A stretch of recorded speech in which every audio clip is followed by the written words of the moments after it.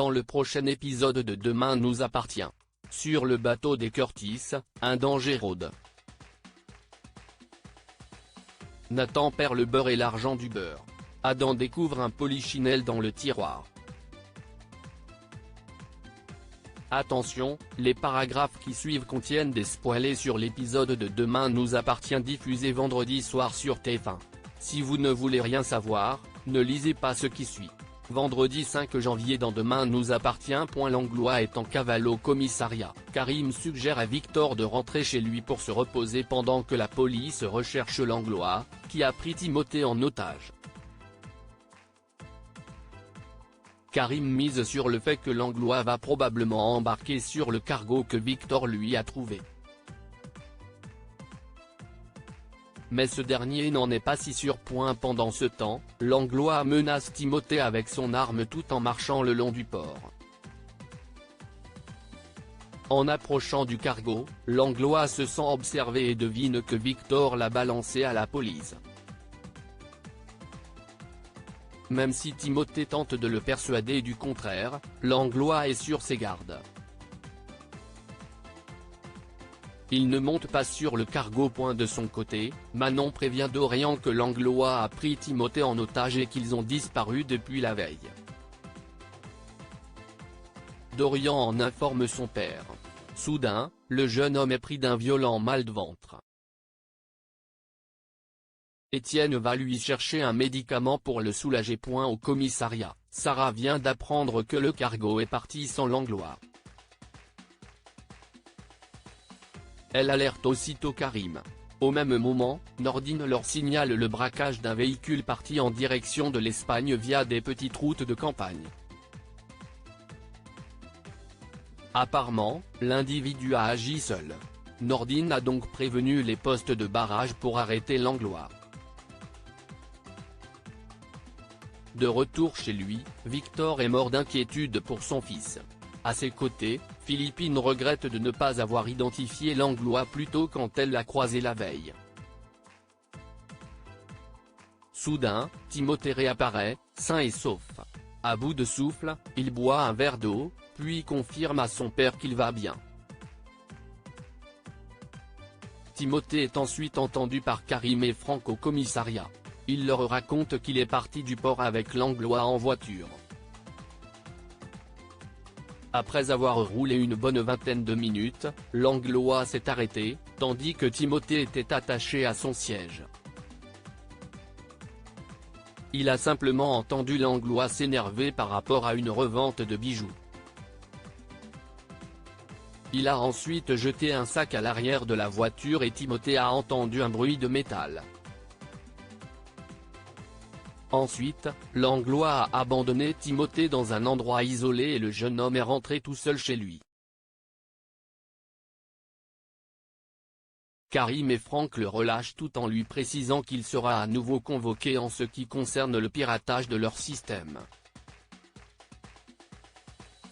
À la marina, Dorian souffre toujours de douleurs au ventre et ce, malgré les médicaments que son père lui a donnés. Il développe également d'autres symptômes, de la fièvre et des nausées. Étienne décide de l'emmener à l'hôpital. Avant de partir, il laisse un mot à Bénédicte, en train de dormir, pour la prévenir. Le soir, Bénédicte se réveille et découvre le mot laissé par son mari. Elle tente de l'appeler pour avoir des nouvelles de leur fils, mais tombe sur son répondeur. Bien qu'un policier surveille toujours le bateau, Langlois rôde également à quelques mètres de là. Nathan se fait démasquer alors que Nathan se fait toujours passer pour le gérant du Spoon auprès de Lilou qui est venu y prendre son petit déjeuner.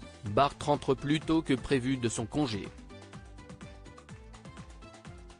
Il donne évidemment des ordres à Nathan. Ce dernier le supplie de jouer le jeu face à Lilou pour conserver les apparences. Plus tard, une fois Lilou parti, Mona pousse Nathan à lui dire la vérité sur sa fonction au Spoon. Nathan espérait toutefois l'impressionner suffisamment pour passer une nuit avec elle. Mona souligne qu'il n'y a aucun intérêt à ce que cela se fasse si Lilou le prend pour ce qu'il n'est pas. Elle ajoute qu'il a déjà souffert de ses mensonges à Luna par le passé et qu'il ne devrait pas recommencer les mêmes erreurs. Sur ses conseils, Nathan demande à Lilou de passer au spoon dans le but de lui dire la vérité. Sauf que la jeune fille lui coupe l'herbe sous le pied, elle avait compris son petit jeu depuis le début et n'a pas du tout apprécié qu'il lui mente. Lilou s'en va point en voyant Nathan déprimé. Bart lui conseille de toujours rester naturel avec les filles, d'autant que c'est un mec super. Nathan le remercie pour ses mots, ainsi que pour avoir joué le jeu quand il lui a demandé. Bart rappelle ensuite à Nathan qu'il a des dettes à payer, c'est-à-dire tout ce qu'il a offert à Lilou. François découvre le mensonge de Charlie et alors qu'elle essaye d'aborder le sujet de l'accouchement, Charlie voit bien que François n'est pas intéressé par la conversation.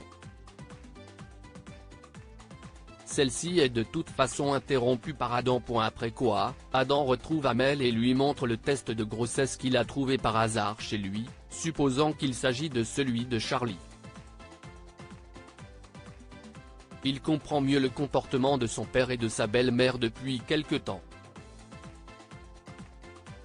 Quant à lui, il avoue qu'il aimerait bien que leur famille s'agrandisse, même s'il ne pourra pas passer beaucoup de temps avec eux.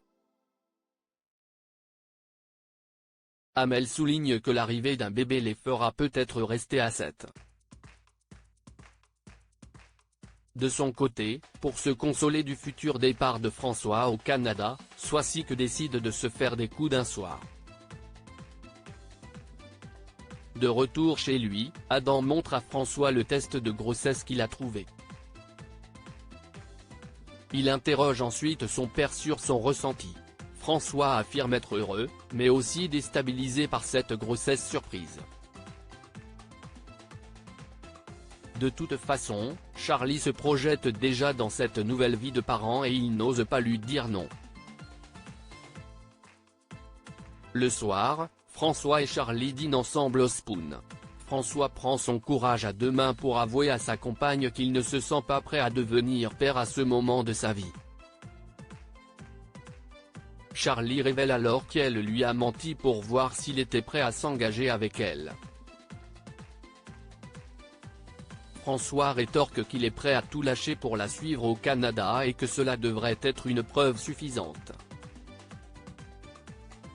Or, Charlie ne considère pas cette preuve comme un choix, mais comme un sacrifice. Au bord des larmes, elle quitte la table.